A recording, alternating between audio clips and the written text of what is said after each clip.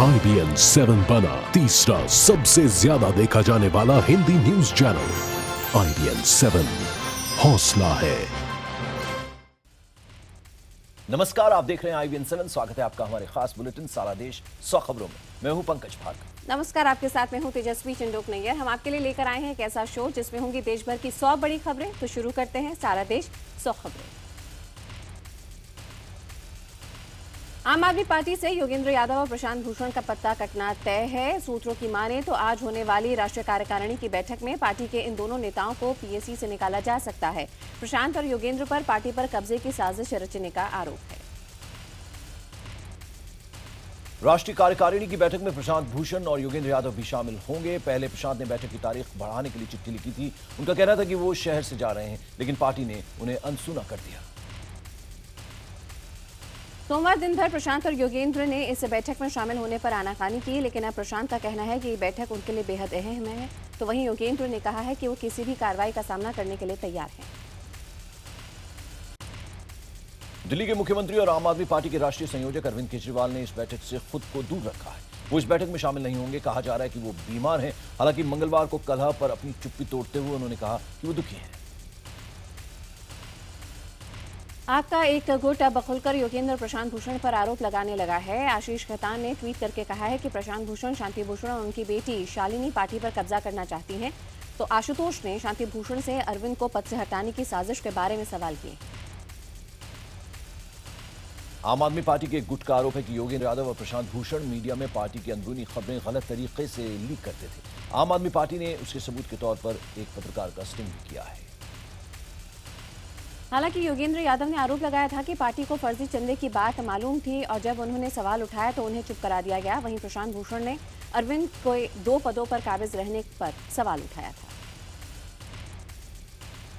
लेकिन इन तमाम विवादों से दूर अरविंद केजरीवाल बेंगलुरु जाने वाले हैं। कहा जा रहा है कि अरविंद केजरीवाल को शुगर लेवल उनका काफी बड़ा है।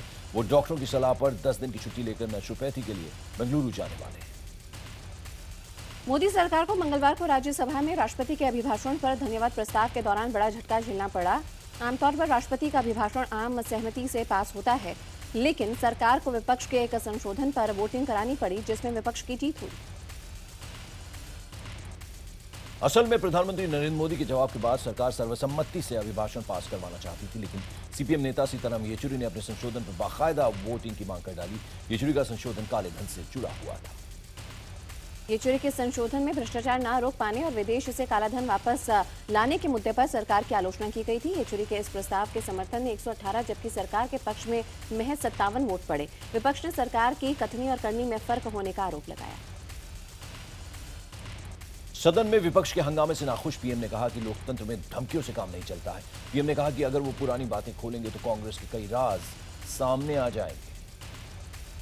प्रधानमंत्री नरेंद्र मोदी राज्यसभा में जमकर गरजे। उन्होंने पुरानी यूपीए सरकार पर आरोप लगाते हुए कहा कि यूपीए सरकार ने पिछली एनडीए सरकार की योजनाओं को ही नाम बदलकर लागू किया। विपक्ष मोदी सरकार पर आरोप लगाती रही है और वो सिर्फ यूपीए की योजनाओं को ही नाम बदलकर लॉन्च कर रही है।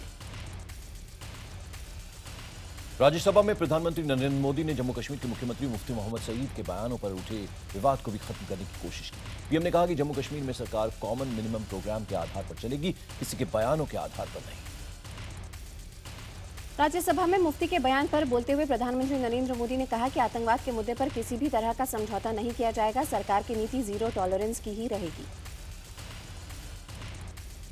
लेकिन प्रधानमंत्री के सख्त लहजे के बावजूद जम्मू कश्मीर में उनके सहयोगी और सत्ताधारी पीडीपी के रुख में बदलाव नहीं आ रहा है। पीडीपी के विधायक आतंकी अफजल गुरु के अवशेष की वापसी की मांग पर लगातार अड़े हुए हैं। उधर अफजल गुरु के अवशेष और उसकी चीजों को वापस करने की पीडीपी की मांग को गृह मंत्रालय ने खारिज कर दिया है। मंत्रालय का तर्क है कि इससे घाटी में शांति व्यवस्था कायम रखने में दिक्कत हो सकती है।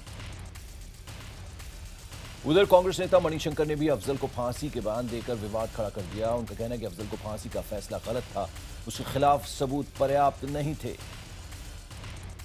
कांग्रेस नेता मणिशंकर अय्यर ने पीडीपी की तरह अफजल के शव को उसके परिजनों को सौंपने की वकालत की। हालांकि कांग्रेस ने अय्यर के बयान से किनारा करते हुए इसे निजी विचार बताया।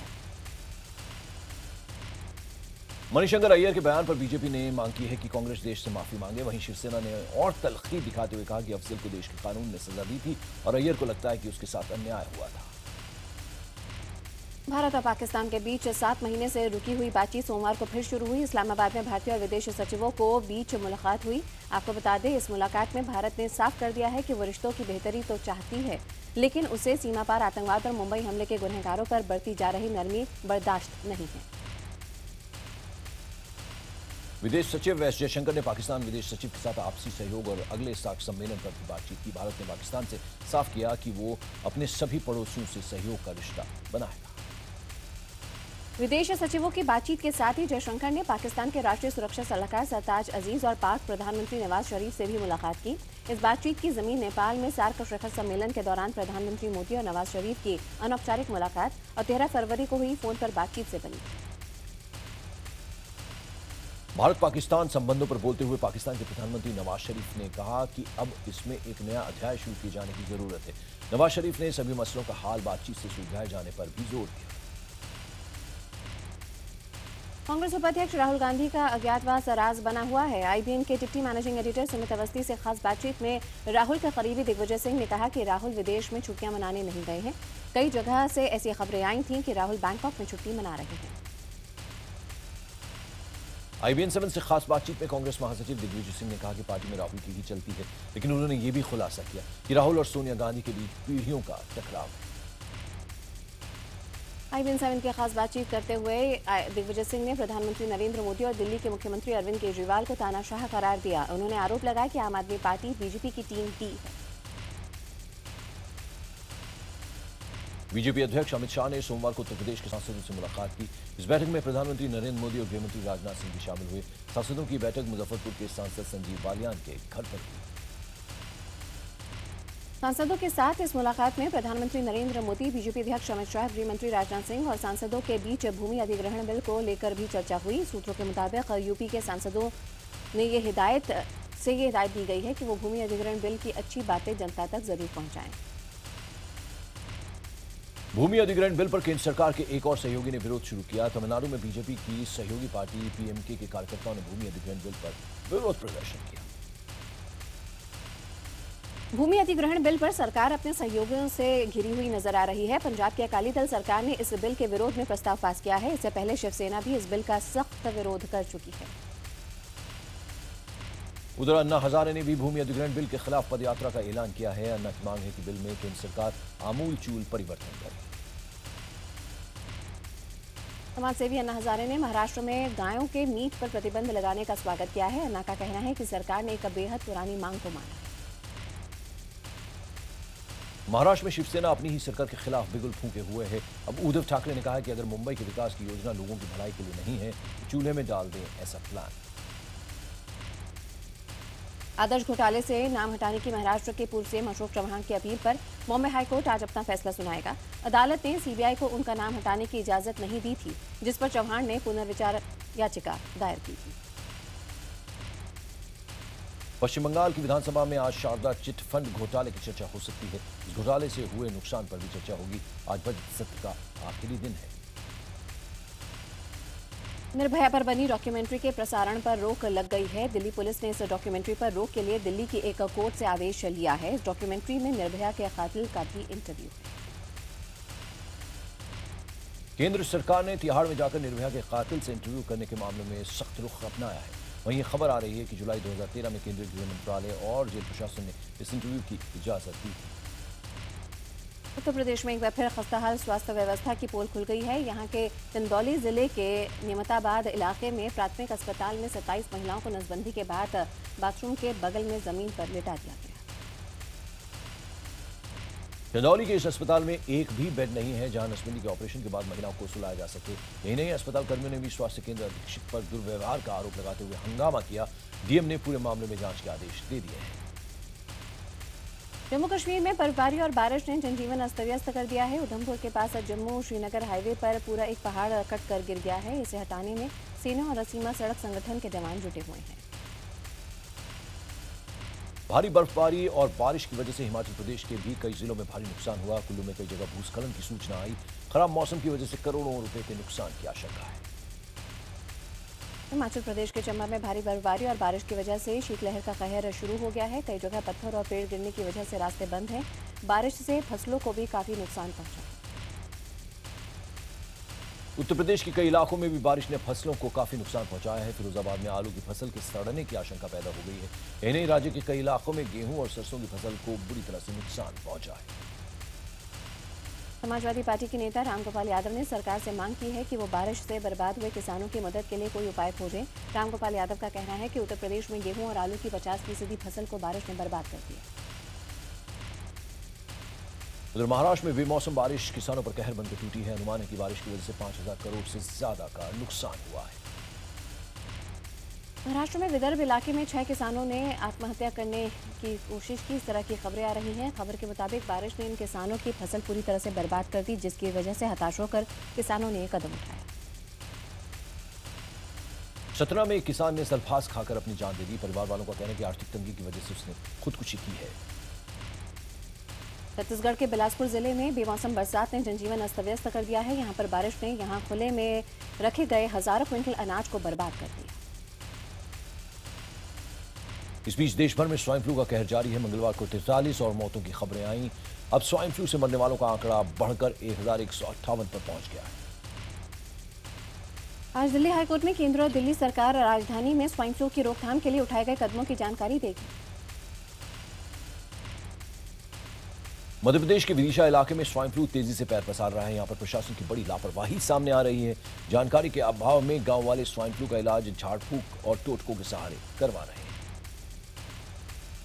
बिहार में भी स्वाइन फ्लू का कहर बढ़ता जा रहा है। राजधानी पटना के रेलवे स्टेशन पर स्वाइन फ्लू की जांच के लिए मेडिकल टीम की तैनाती की गई है, लेकिन ये टीम ना तो यात्रियों की जांच करती दिखी और ना ही उन्हें मास्क बांटा जा रहा है।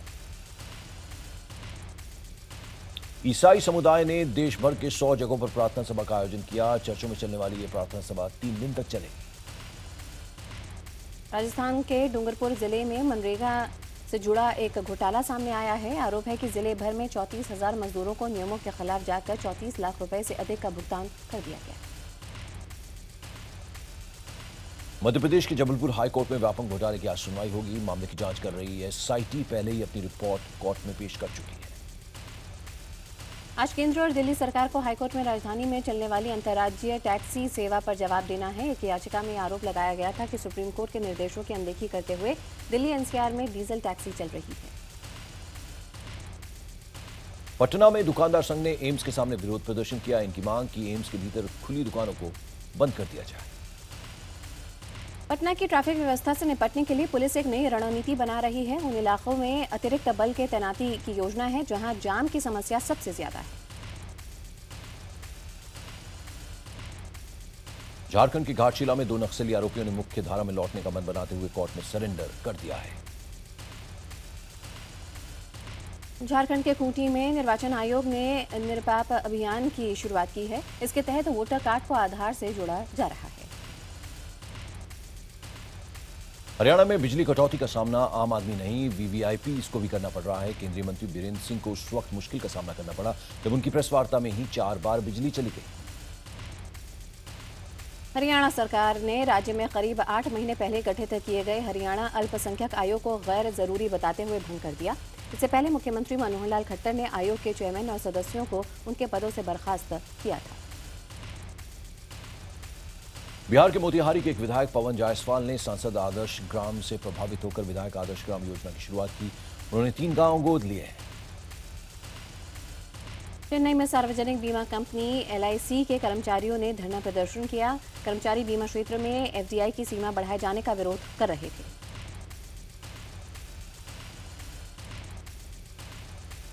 उधर केंद्र सरकार ने एक बार फिर भरोसा दिया है कि वो मनरेगा में आवंटित रकम में और बढ़ोतरी करेगी। केंद्रीय वित्त राज्य मंत्री जयंत सिन्हा का कहना है कि सरकार को भरोसा है कि विकास दर तेजी से बढ़ेगी। 2G केस में 4 कंपनियों ने अपने ऊपर लगे आरोपों को कोर्ट से रद्द करने की मांग की है। कोर्ट आज इस केस में अपना फैसला सुना सकता है। आज टेलीकॉम विभाग 2G और 3G की सबसे बड़ी नीलामी करेगा। इस नीलामी में 8 कंपनियां 4 बैंड के लिए बोली लगाएंगी। तिरुपति के निमाकयाला चौराहे पर एक 3 मंजिला पुरानी इमारत गिर गई। राहत की बात यह रही है कि बिल्डिंग में रहने वाले सभी 30 लोग सुरक्षित हैं। बिहार चैंबर्स ऑफ कॉमर्स ने अनोखे होली मिलन का कार्यक्रम का आयोजन किया। इसमें अबीर गुलाल की जगह फूलों से होली खेली गई। झारखंड हाईकोर्ट में भी मंगलवार को होली मिलन समारोह का आयोजन किया गया। इस समारोह में वकीलों ने जमकर होली खेली। राजस्थान के अजमेर में फागोत्सव धूमधाम से मना। फागोत्सव में जैन समाज की नई नवेली दुल्हन फाग उड़ाने की परंपरा निभाती है। वेलकम बैक, आप देख रहे हैं सारा देश 100 खबरें। आप हैं तेजस्वी और पंकज के साथ। खबरों के सिलसिले को आगे बढ़ाते हैं। दिल्ली के करोलबाग इलाके में देर रात लूट हुई है। इस वारदात में 2 करोड़ रुपए लूट लिए गए। खबर के मुताबिक शाम 7:30 बजे 6 लोग एक गोडाउन में घुस गए और मालिक कर्मचारियों को बंधक बनाया। इस वारदात को अंजाम दिया। राजस्थान के अजमेर में एक मां ने अपनी बेटियों को दूध मांगने पर दूध में जंग लगी कील डालकर गटकने पर मजबूर कर दिया। कीलों को निगलने के कारण दोनों बच्चियों की मौत हो गई। बाद में पुलिस ने प्लास्टिक बैग से दोनों बच्चियों का शव बरामद किया। इस मामले में पुलिस ने आरोपी मां को गिरफ्तार कर लिया है। पुलिस को स्थानीय लोगों ने यह भी बताया कि जब बेटी को पहले बेचने की कोशिश की गई थी तो लोगों ने ही उन्हें रोका था। उबेर रेप मामले में आज दिल्ली हाईकोर्ट अभियुक्त की याचिका पर फैसला सुना सकती है। अभियुक्तों ने मामले में गवाहों को दोबारा गवाही करने के लिए याचिका दायर की थी।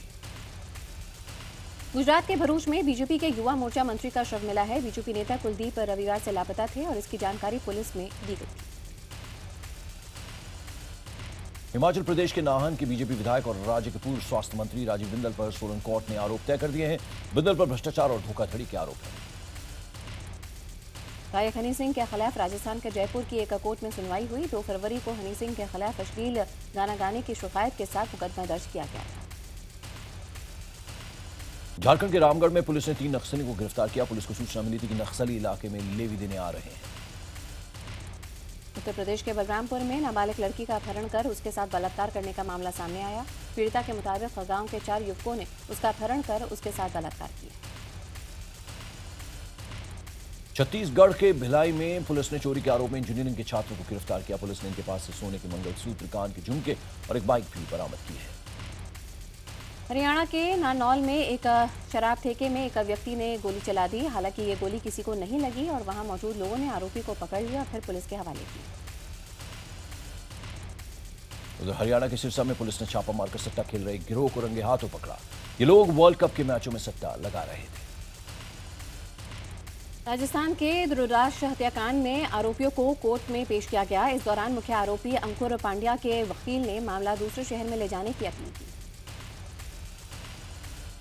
राजस्थान के चित्तौड़गढ़ में पुलिस ने कार्रवाई करते हुए एक मकान में वेश्यावृत्ति चला रहे गिरोह को पकड़ा। पुलिस ने इस मामले में 5 युवतियों और 4 व्यक्तियों को गिरफ्तार किया है। राजस्थान के जैसलमेर में एक एटीएम में चोरी का प्रयास कर रहे चोरों ने एटीएम में ही आग लगा दी। एटीएम में लगे सीसीटीवी कैमरे में चोरों की ये वारदात कैद हो गई। होली को देखते हुए उत्तर प्रदेश में खाद्य विभाग ने नकली मिठाई बनाने वाले दुकानदारों के खिलाफ कार्रवाई की। विभाग ने कई दुकानों में छापेमारी की और मिठाइयों के सैंपल जांच के लिए लिए। आबकारी विभाग ने नोएडा के कई इलाकों में अवैध शराब को लेकर छापेमारी की। इस छापेमारी में विभाग ने 4 शराब तस्करों से 3300 बोतलें अवैध शराब बरामद की।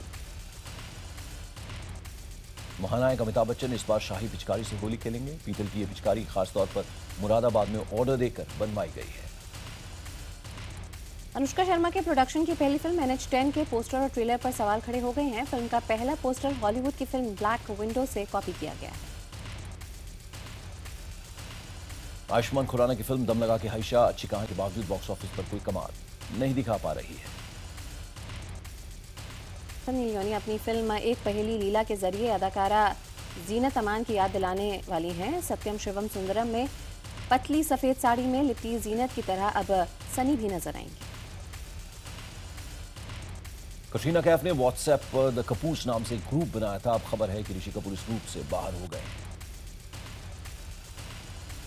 भूपेंद्र जल्द ही छोटे पर्दे पर नजर आने वाले हैं। उनकी वापसी dance India dance super moms के जज के रूप में हो रही है। बप्पी लाहिड़ी का कहना है कि आजकल के गीत बेतुके होते हैं। बप्पी ने कहा कि आजकल के गानों का कोई मतलब ही नहीं है। विवादों में रहने वाले अभिनेता फिल्म निर्माता कमाल आर खान ने कहा है कि उनसे dance reality show Nach Baliye 7 में भाग लेने के लिए संपर्क किया गया है। फिल्म हे ब्रो के प्रमोशन के लिए फिल्म के किरदार जयपुर पहुंचे। इस फिल्म में नजर आ रहे कोरियोग्राफर गणेश हेगड़े ने फिल्म के गीतों पर ठुमके भी लगाए। सारा देश 100 खबरों में फिलहाल इतना ही, लेकिन IBN 7 पर खबरों का सिलसिला लगातार जारी।